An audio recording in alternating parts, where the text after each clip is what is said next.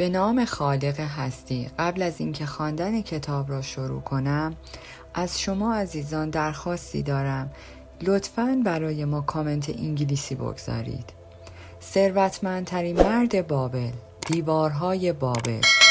بنزار پیر، جنگاور قهار بابل، در محل عبوری که به بالای دیوارهای باستانی بابل منتهی میشد پاسداری میداد. آن بالا مدافعان شجاعانه می جنگیدند تا دیوارها را حفظ کنند. بقای شهر و صدها هزار شهروندان به آنها بستگی داشت. از آن طرف دیوار صدای خروش ارتش متخاصم می آمد. صدای نعره های آنها، صدای پای هزاران اسب، غرش کرکننده دشکوب هایی که پی در پی به دروازه های برنزی می کوبیدند. در خیابان پشت دروازه نیزه اندازها آماده دفاع از ورودی در صورت سقوط دروازه ها بودند، ولی تعداد آنها برای انجام آن کار کم بود. ارتش اصلی بابل در کنار پادشاه بود. آن دورها در شرق، در لشکرکشی بزرگ در برابر ایلامی ها، حمله به شهر در غیاب آنها پیش بینی نشده بود. گروه مدافع کوچک بود. ارتش نیرومند آشوری ها ناگهان از سمت شمال سرازیر شده بودند و حالا یا دیوارها باید مقاومت می کردند یا بابل سقوط می کرد. جمع کثیری از شهروندان دوروبر بنزار بودند، ترسیده و رنگ پریده. از آخرین اخبار نبرد می‌پرسیدند و با ترسی خاموش به مجروحان یا مرده ها که از راهرو عبور داده می‌شدند نگاه می‌کردند. این قسمت نبرد بسیار تعیین کننده بود. بعد از 3 روز چرخیدن به دور شهر، دشمن ناگهان تمام قدرتش را روی این قسمت و این دروازه متمرکز کرده بود. مدافعان از بالای دیوار در برابر صعود کنندگان با پیکان و روغن داغ دفاع می کردند و اگر آنها به بالا می رسیدند آنها را با نیزه می کشتند و در مقابل هزاران کماندار دشمن به صورت مسلسلوار به سمت آنها تیر پرتاب می کردند. بنزار پیر در مناسب ترین نقطه برای انتقال اخبار ایستاده بود و به کارزار نزدیک بود و اولین کسی بود که اخبار را دریافت می کرد. یک بازرگان سال خورده در حالی که دستانش می لرزید سر و صدا کنان به سمت او آمد. به من بگو، به من بگو. او از بنزار خواهش کرد بگو که آنها نمی توانند به داخل بیایند. پسرانم همراه شاه هستند. هیچ کس نیست تا از همسر پیرم محافظت کند. کالاهایم نیز بی محافظت هستند. غذا هم چیزی برای ما نمانده. ما برای حفاظت از خودمان خیلی پیریم برای برده شدن. ما از گرسنگی میمیریم. به من بگو که آنها نمی توانند تو بیایند. آرام باش بازرگان خوب. بنزار به او پاسخ داد. دیوارهای بابل قدرتمند هستند. به بازار برگرد و به همسرت بگو که دیوارها از شما و تمام مایملکتان همانطور که از خزانه های غنی پادشاه محافظت می کند محافظت خواهد کرد. نزدیک دیوارها بمانید، مبادا تیرهایی که در آسمان پراکنده هستند به شما برخورد کنند. یک زن با بچه‌ای در آغوش بعد از پیرمرد آمد و گفت سردار چه خبر از آن بالا؟ حقیقت را به من بگو، شاید بتوانم به شوهر مریضم دلداری بدهم. از زخمی که برداشته به شدت تب کرده و در بستر افتاده. با این حال دائم به سمت زره و نیزه‌اش می رود تا از من و بچه‌اش محافظت کند. او می گوید اگر دشمنان کینه توزان داخل بیایند اوضاع تأسف‌بار می شود. مادر خوشقلب آرام باش. دوباره می گویم دیوارهای بابل از تو و بچه‌ات محافظت خواهد کرد. آنها بلند و محکم هستند. آیا صدای مهاجمان را نمی شنوی وقتی که سربازان ما روی نردبانهای آنها روغن داغ خالی می کنند؟ بله می شنوم، ولی صداهای دشکوب ها را هم می شنوم که مدام به دروازه ها می کوبند. پیش شوهرت برگرد و بگو که دروازه ها قوی هستند و در برابر دشکوب ها ایستادگی می کنند و نیز بگو سربازهای بالارو دشمن از دیوارها بالا می آیند، ولی این بالا با نیزه از آنها پذیرایی می شود. مراقب راه باش و سریع از ساختمان ها رد شو. بنزار گوشه ای ایستا تا راه را برای عبور تجهیزات باز کند. از میان صدای زنجیر زره های برنزی که حمل می کردند دخترکی جلو آمد و کمربند او را تکان داد. سرباز، لطفاً به من بگو آیا ما جانمان امن است؟ خبرهای بدی شنیدم. کلی مجروح می بینم. من ترسیدم. چه بر سر خانواده ما می آید؟ مادرم، برادر کوچکم و نوزاد خانواده من. سرباز پیر عبوس وقتی دخترک را دید سوسویی در چشمانش زد و بازویش را باز کرد. نترس کوچولو، به او اطمینان داد. دیوارهای بابل از تو و مادرت و برادر کوچکت و نوزادتان محافظت می کند. ملکه سمرامیس آنها را 100 سال پیش برای همچین روزهایی ساخته. آنها هیچگاه خراب نمی شوند. برگرد و به مادرت، برادرت و نوزادتان بگو که دیوارهای بابل از آنها محافظت خواهد کرد و جای هیچ نگرانی نیست.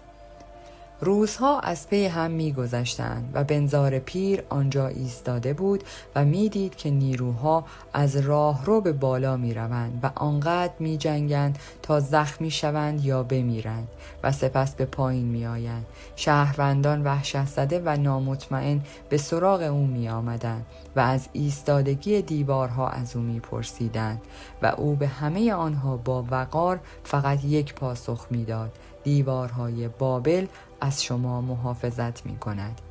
3 هفته و 5 روز از آن حمله خشونت آمیز و وحشیگری بی سابقه می گذشت.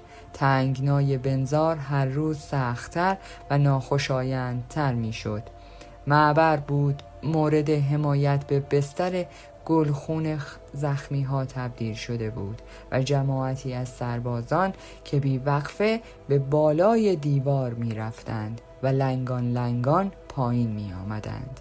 هر روز تلی از سربازان قتل عام شده دشمن پشت دیوار جمع می شد و هر شب به عقب برده می شدند و توسط همرزمانشان به خاک سپرده می شدند تا شب 5 از هفته 4 غوغا بی هیچ تقلیلی ادامه داشت. با اولین تابش های روز که جلگه را روشن می کرد، ابر بزرگی از خاک که از متفرق شدن دشمن بلند شده بود دیده شد. فریاد بلندی از سمت مدافعان برخاست. درست متوجه شده بودند. دوباره ارتش منتظر پشت دیوارها متفرق شده بود. این خبر توسط شهروندان پشت دیوارها دهان به دهان چرخید و با قدرت یک طوفان به سرعت در سرتاسر شهر پخش شد. مردم از درون خانه ها به بیرون یورش آوردند. خیابان ها از انبوه جمعیت لبریز شده بود. ترس هفته ها ناگهان به شادی تبدیل شد. از بالای برج بلند معبد شعله های پیروزی به هوا برمیخاست و ستونی از دود آبی را برای رساندن خبر پیروزی به دوردست ها تشکیل میداد. دیوارهای بابل دوباره دشمن سمج و نیرومندی را که قصد تاراج خزانه هایش و ربودن به بردگی درآوردن شهروندانش را داشت پس زدند. بابل از پس قرنها باقی ماند، زیرا تحت حفاظت کامل بود. جور دیگری نمیشد تصور کرد. دیوارهای بابل مثال برجسته‌ای از نیاز انسان به حفاظت هستند. این یکی از نیازهای اصلی بشر است. امروزه هم این نیاز مانند گذشته ها با اهمیت است، ولی ما راه‌های توسعه یافته‌تر و برنامه‌های بهتری برای رفع این نیاز در اختیار داریم. این روزها پشت دیوارها رسوخ ناپذیر بیمه ها، حساب های پسنداز و سرمایه گذاری های مطمئن می توانیم خود را در برابر حوادث غیر مترقبه‌ای که ممکن است هر آن رخ دهد محافظت کنیم. ما نمی توانیم بدون محافظت کافی ادامه دهیم. تاجر شتر بابل: هر چقدر شخص درمانده تر و گرسنه تر شود، مغزش دقیق تر کار می کند و نیز اعصابش نسبت به بوی غذا حساس تر می شود. تارکات پسر آزور حتما اینگونه فکر می کرد، چون 2 روز تمام چیزی جز 2 عدد انجیر که از بالای دیوار یک باغ دزدیده بود نخورده بود، نتوانسته بود یکی دیگر بدزدد، چون زن خشمگین صاحب خانه او را دنبال کرد و به سمت خیابان فراری داد. در حالی که به سمت بازار می رفت، صدای جیغ او هنوز در گوشش زنگ می زد. انجیرها به او کمک کرد تا از وسوسه قابزنی میوه از سبدهای زنهای توی بازار رهایی یابد. تا حالا به این فکر نکرده بود چقدر غذاهای زیاد و خوشمزه به بازار بابل آورده می شود. در حال خروج از بازار به سمت مهمانخانه رفت و آرام روبروی سالن غذاخوری نشست. شاید اینجا یکی از آشنایانش را می دید، یکی که می توانست از او پولی قرض بگیرد و به وسیله آن ترحم صاحب مهمانخانه را به دست آورد. میدانست که اگر پولی به دست نیاورد، صاحب مهمانخانه به او خوش آمد نخواهد گفت. در پریشان حالی خودش ناگهان خود را با فردی روبرو دید که اصلاً آرزوی دیدنش را نداشت. چهره قد بلند و استخوانی دباسیر، تاجر شتر، از بین همه دوستان و آشنایانی که او از آنها پول قرض گرفته بود. قرض گرفتن از دباسیر نسبت به همه ناخوشایندتر بود، زیرا نتوانسته بود قرضش را به موقع پرداخت کند. با دیدن او گل از گل دباسیر شکفت. اوه تارکات، تویی؟ دنبالت میگشتم تا 2 سکه مسی را که 1 ماه پیش از من قرض گرفتی از تو پس بگیرم. خوب شد دیدمت. این روزها می توانم استفاده خوبی از آن سکه ها بکنم. چی میگی پسر؟ نظرت چیه؟ تارکات به لکنت افتاد و صورتش سرخ شد. نایی در بدن نداشت تا دباسیر پر حرف بحث کند. من شرمندم، خیلی شرمنده. با ناتوانی من کرد. ولی امروز هیچ پولی ندارم تا بتونم قرضم رو به تو پس بدم. دباسیر به او گفت پس به دستش بیار. حتما میتونی چند سکه مسی و 1 تکه نقره برای باز پرداخت به دوست قدیمی پدرت که در زمان نیاز به تو سخاوتمندانه قرض داده به دست بیاوری. به خاطر بخت بدی که افتاده دنبالم نمیتونم پرداخت کنم. بخت بد؟ خدایان رو به خاطر ضعیف بودن خودت سرزنش نکن. بخت بد در تعقیب هر فردی است که به قرض گرفتن بیش از باز پرداختش فکر می کند. با من بیا پسر، میخواهم برم غذا بخورم. گشنمه، بیا بریم. واسط یه داستان هم تعریف کنم. تارکات از رکگویی بیرحمانه دباسیر دلخور بود، ولی حداقل اینجا 1 دعوت برای ورود به درگاه وسوسه انگیز غذاخوری وجود داشت. دباسیر با لحن خاص خودش به او گفت بزمجه چاق بیابونی، 1 رونه بز با کلی آب میوه و نون و سبزی برام بیار، چون خیلی گشنمه و میخوام زیاد با غذا بخورم. دوستم رو فراموش نکنی، براش 1 لیوان آب بیار، آبش خنک باشه چون هوا خیلی گرمه. قلب تارکات ریخت. باید آنجا می نشست و آب می خورد و بلعیده شدن 1 ران کامل بز را توسط آن مرد تماشا می کرد. چیزی نگفت. چیزی به ذهنش نمی رسید که بگوید. دباسیر هم از سکوتش چیزی متوجه نشد. لبخند میزد و مهربانانه برای سایر مشتریان که همه او را می شناختند دست تکان میداد. از 1 گردشگر که تازه از عرفا از پیش 1 فرد ثروتمند متشخص برگشته در مورد سنگی شنیدم. که به قدری نازک تراش خورده که میشه پشت اون رو دید. اون این سنگ رو تو پنجره خونش کار گذاشته تا از ورود بارون جلوگیری کنه. اون زرد رنگه، اونطور که این گردشگر تعریف میکنه بهش اجازه داده شده تا از پشتش ببینه و وقتی از پشت اون بیرون رو نگاه کرده دنیا رو عجیب دور از اون چیزی که واقعا هست دیده. نظرت در مورد اون چیه تارکات؟ فکر میکنی ممکنه دنیا جوری غیر از اون چیزی که هست به دید یک نفر بیاد؟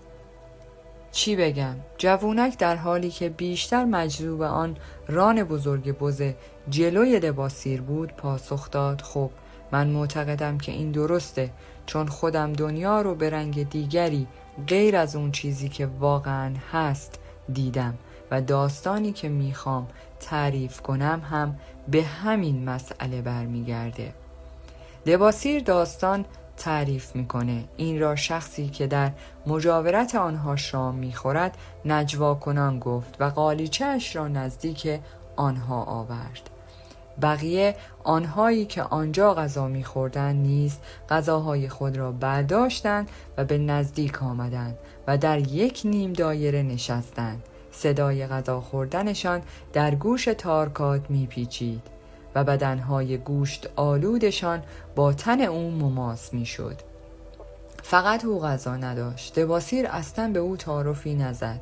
حتی گوش نان خشک شده ای را که از ظرفش بیرون افتاده بود به او پیشنهاد نکرد.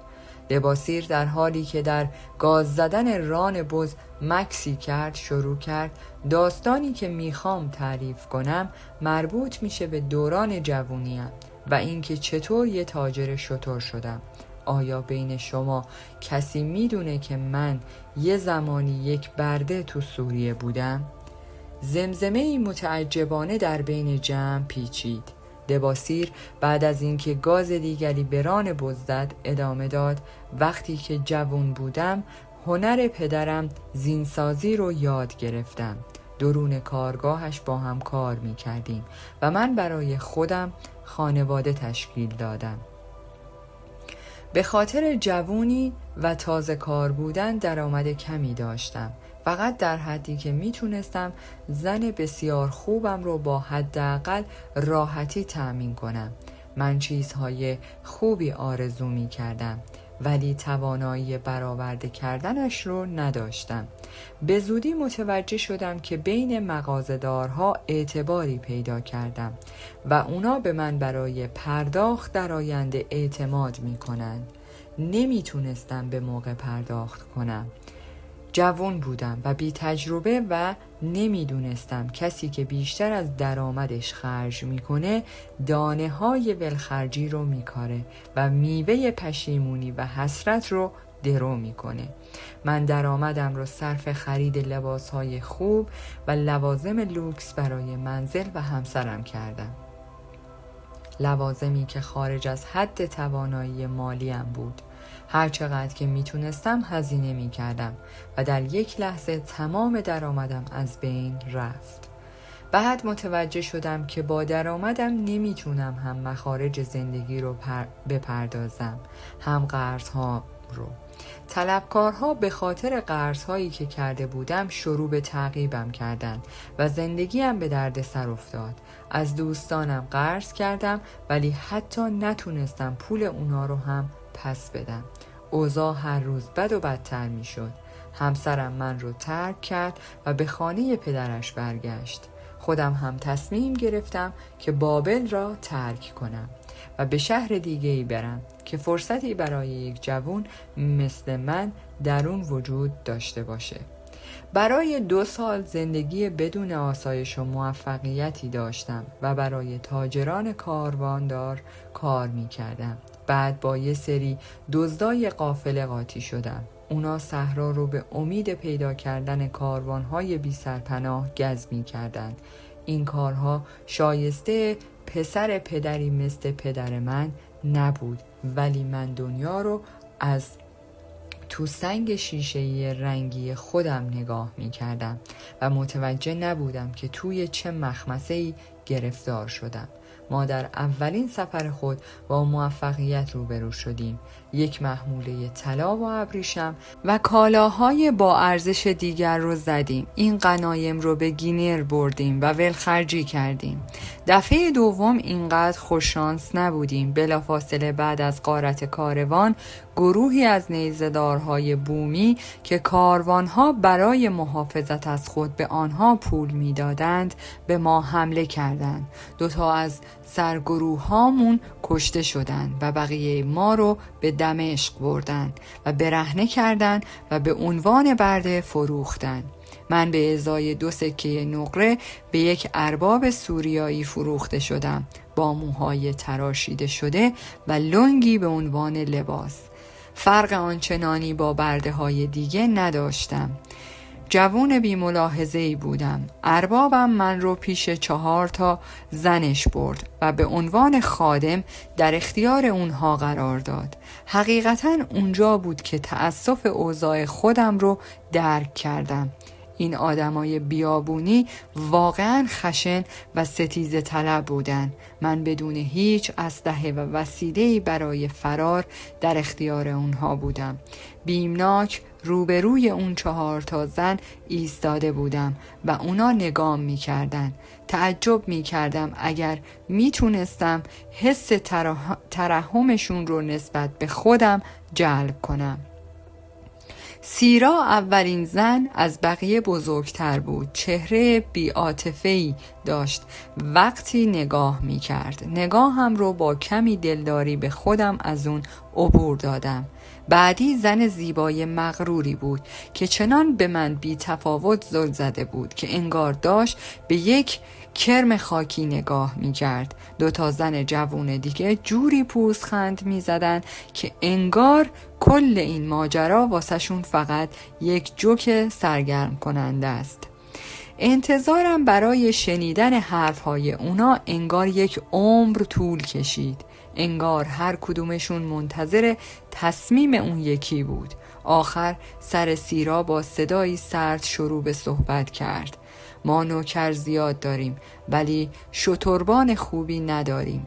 همین امروز میخواستم به ملاقات مادرم که مریض شده و تب کرده بروم، ولی هیچ برده قابل اعتمادی نبود که شترم را هدایت کند. از این برده بپرس که آیا میتونه شتری را هدایت کنه؟ سپس اربابم از من پرسید از شترها چه میدونی؟ سعی کردم که اشتیاقم رو نشون ندم. جواب دادم میتونم بنشونمش، بارگیریشون کنم، میتونم در سفرهای طولانی بدون خستگی هدایتشون کنم و در صورت نیاز میتونم نعلهاشون رو تعمیر کنم. اربابم به سیرا گفت این برده به اندازه کافی میدونه، این رو به عنوان ساربان شترت بردار. بنابراین من به دست سیرا سپرده شدم و اون روز اون رو به سفر دوری برای ملاقات مادرش بردم. فرصتی بود تا از میانجیگریش تشکر کنم و به او بگم که من از اول برده نبودم و پسر فرد زینسازی در بابل بودم. در مورد داستانم بیشتر با او صحبت کردم. نظراتش من رو کاملا مبهوت کرده بود و من بعدها با تعمق بیشتری روی حرفهاش فکر کردم. چطور میتونی خودت رو فرد آزادی بنامی در حالی که ضعف تو را به این وضع انداخته؟ اگر فردی در خودش روح برده شدن رو داشته باشه برده میشه. مهم نیست که چجوری به دنیا اومده باشه. دقیقاً مثل آب که مسیرش رو پیدا میکنه و اگر در شخصی روح یک آدم آزاد وجود داشته باشه در شهر خودش حتی با بدبختی مورد احترام قرار میگیره. برای 1 سال تمام برده بودم و با برده های دیگه زندگی می کردم، ولی نمی تونستم خودم رو به عنوان یکی از اونها قبول کنم. یک روز سیرا به من گفت چرا وقتی برده ها در ساعتهای استراحت از جمعشون لذت میبرن و با هم اختلاط میکنن، تو یه گوشه تو خودتی و با اونها قاطی نمیشی؟ به خاطر اینکه به حرفهایی که به من زدی فکر میکنم. نمیتونم روح یه برده رو تو خودم داشته باشم. نمیتونم قاطی اونها بشم. به خاطر همین جدا میشینم. من هم باید جدا بشینم. او پاسخ داد جهیزیه من بزرگ بود و همسرم برخلاف میل قلبی به خاطر جهیزیم با من ازدواج کرد. خواسته شدن چیزی که هر زنی آرزوشو داره. به خاطر همین و به خاطر نازا بودنم من هم باید تنها باشم. اگر مرد بودم ترجیح میدادم بمیرم، ولی چنین بردگی رو تحمل نکنم. ولی رسوم قبیله ما زنها رو برده کرده. از او پرسیدم الان در من چی میبینی؟ روح یک مرد آزاد یا روح یک برده؟ آیا قصد پرداخت بدهی‌هات رو تو بابل داری؟ او ازم پرسید. بله قصدش رو دارم، ولی راهی پیش پام نیست. اگر سالها رو بی خیال بگذرونی و هیچ تلاشی رو برای پرداخت بدهی‌هات نکنی، روح یک برده رو داری. مردی که نتونه به خودش احترام بذاره مرد نیست و هیچ کس بدون پرداخت بدهی‌هاش نمیتونه به خودش احترام بذاره. ولی من یه برده تو سوریه هستم. چه کار میتونم بکنم؟ برده‌ای ضعیف تو سوریه باقی بمون. من ضعیف نیستم. پس ثابت کن. چطور؟ آیا پادشاه بزرگتون با دشمنانش با شدت و قدرت تمام نمی جنگه؟ بدهی‌های تو دشمنان تو هستن. اونها تو رو از بابل بیرون انداختن و به اونها بی توجهی کردی و اونا قوی شدن. اگر مثل یک مرد با اونها می جنگیدی به اونها پیروز می شدی و مردی محترم بین همشهریات بودی. ولی تو روحیه جنگیدن با اونها رو نداشتی و غرورت اونقدر زیاد بود که تو رو به درد سر انداخت تا جایی که الان برده‌ای در سوریه هستی. خیلی به اتهاماتی که به هم زده بود فکر کردم و دفاعیات زیادی مبنی بر اثبات از درون برده نبودنم آماده کردم، ولی شانسی برای ارائه آنها پیدا نکردم. 3 روز بعد پیش خدمت سیرا من رو پیش اون برد. مادرم دوباره خیلی مریض شده. سیرا گفت 2 از بهترین شترهای شوهرم رو زین کن، آغوزه کافی هم برای یک سفر طولانی بردار. پیش خدمت تو آشپزخونه غذاها رو بهت میده. شترها رو آماده می کردم و از اون همه غذایی که پیش خدمت آماده کرده بود متعجب بودم، چون مادر سیرا در فاصله 1 روزه از ما سکونت داشت. پیش خدمت شتر پشتی رو میروند و من شتر بانو رو هدایت می کردم. وقتی به خانه مادرش رسیدیم هوا تاریک بود. سیرا پیش خدمت رو مرخص کرد و رو به من گفت دباسیر آیا تو روح یک مرد آزاد رو داری یا یک برده؟ گفتم روح یک مرد آزاد. الان موقعیت هست که ثابت کنی. نگهبانان شراب نوشیدند و خواب هستند. این شترها رو بردار و فرار کن. توی این کیف لباس اربابت هست. بپوش تا شناخته نشوی. من بعداً میگم زمانی که مادرم رو ملاقات کردم تو شترها رو برداشتی و فرار کردی. تو روح یک ملکه رو داری، به او گفتم. خیلی دوست دارم که خوشحالت کنم. خوشحالی؟ او پاسخ داد منتظر زن فراری دهنده که آن را در سرزمین‌های دور در بین مردم غریب جستجو می کرد نمی ماند. راحت رو برو. امیدوارم خدایان صحراها مراقبت باشند، چون راه دراز است و آب و غذا کم. دیگه اصراری نکردم. از او تشکر کردم و راهم رو در شب ادامه دادم. من اون کشور غریب رو نمیشناختم و فقط یک تصویر تیره از مسیری که به بابل ختم میشد در ذهن داشتم، ولی شجاعانه به دل صحرا زدم و به سمت تپه ها حرکت کردم. یکی از شترها رو سوار شده بودم و دیگری رو به دنبال خودم می کشوندم.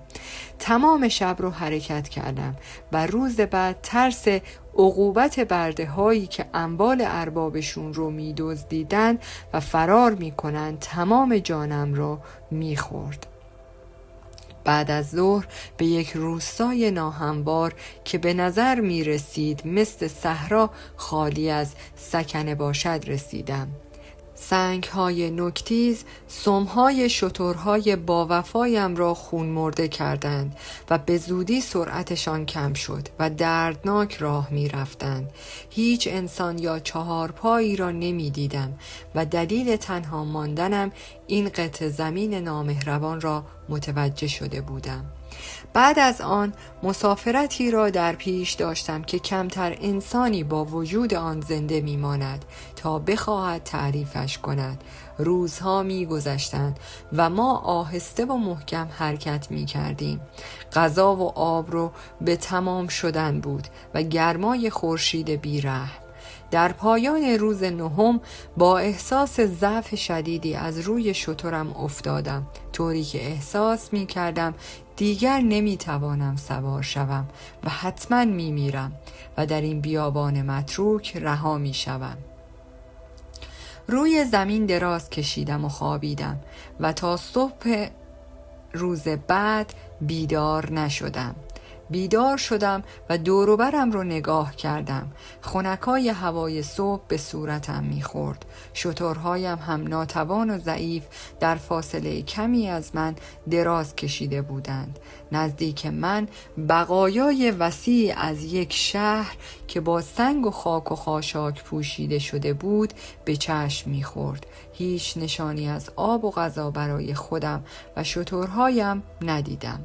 آیا قرار بود در این سکوت آرام به پایان برسم؟ ذهنم از هر زمان دیگری خالی تر بود. جسمم به نظرم کم اهمیت می آمد.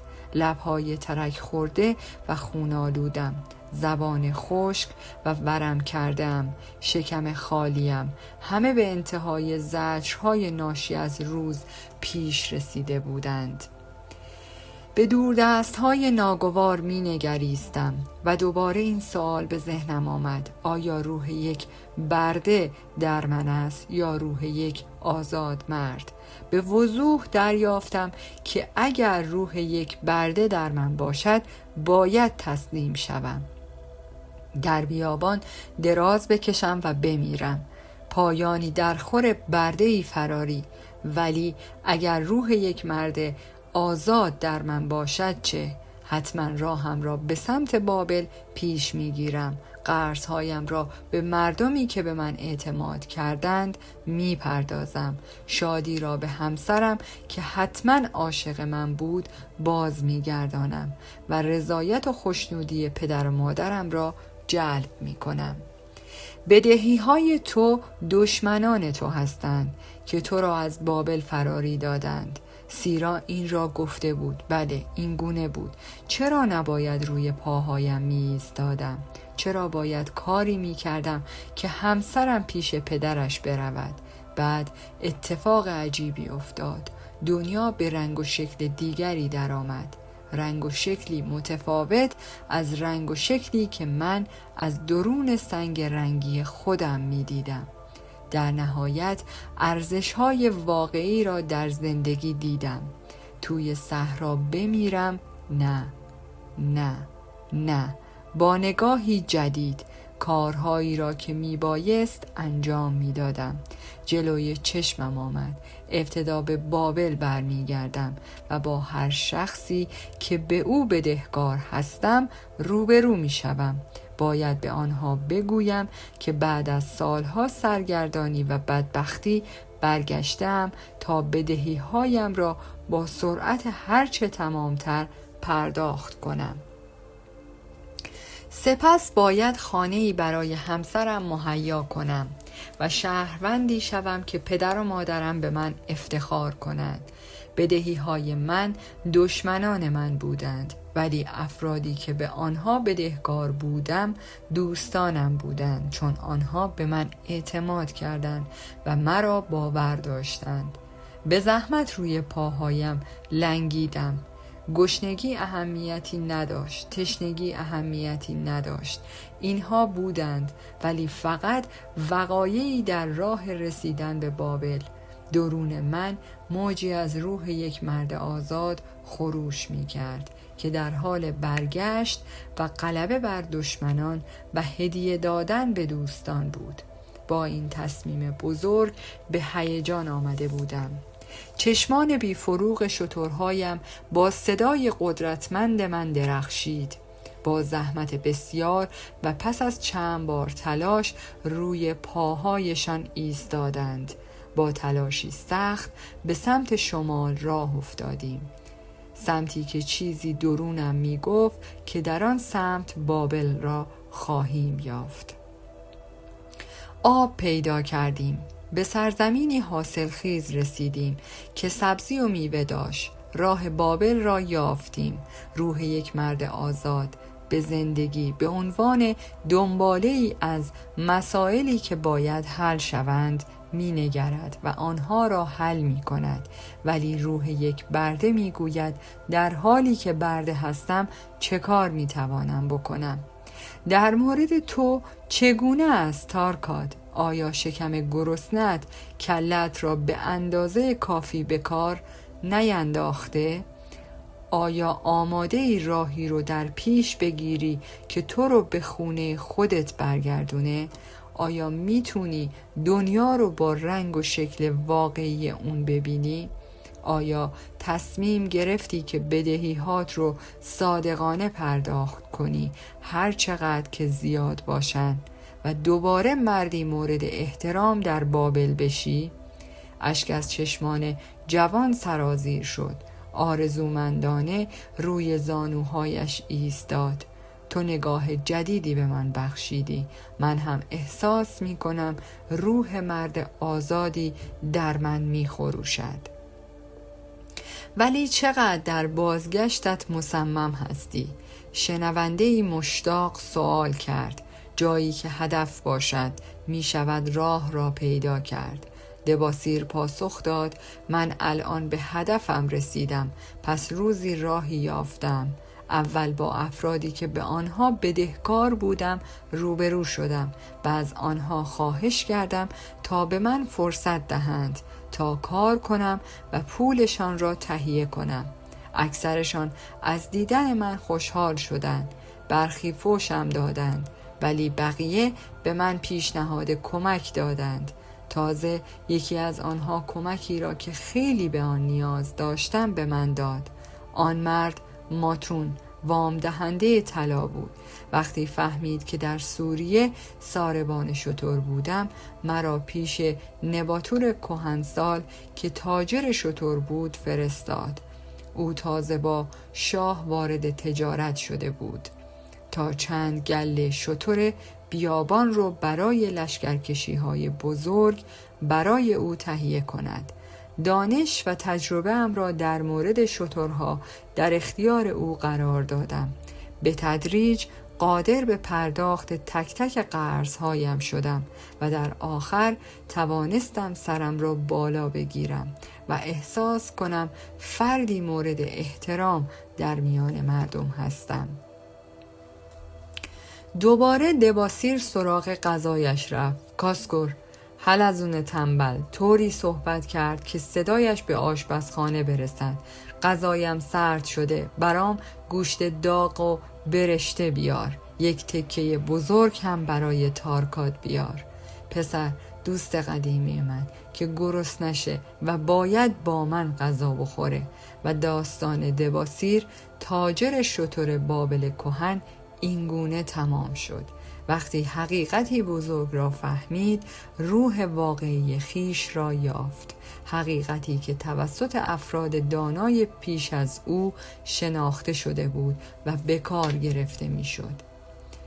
این حقیقت در تمامی اعصار مردمان را از گرفتاری به سمت موفقیت سوق داده و این کار را همچنان برای افرادی که دانش فهم قدرت جادوییش را داشته باشند ادامه می دهد.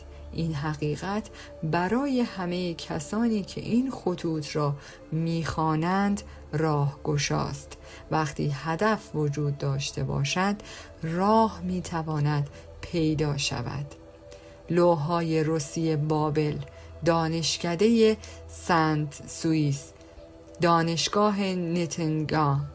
در پایان از شما دوستان عزیزم می‌خواهم برای حمایت بیشتر ما کانال ما را به دوستان خود معرفی کنید. برای انرژی بیشتر ما رو لایک کنید و برای ادامه پرقدرت‌تر سابسکرایب. تا درودی دیگر، درود و 200 بدرود.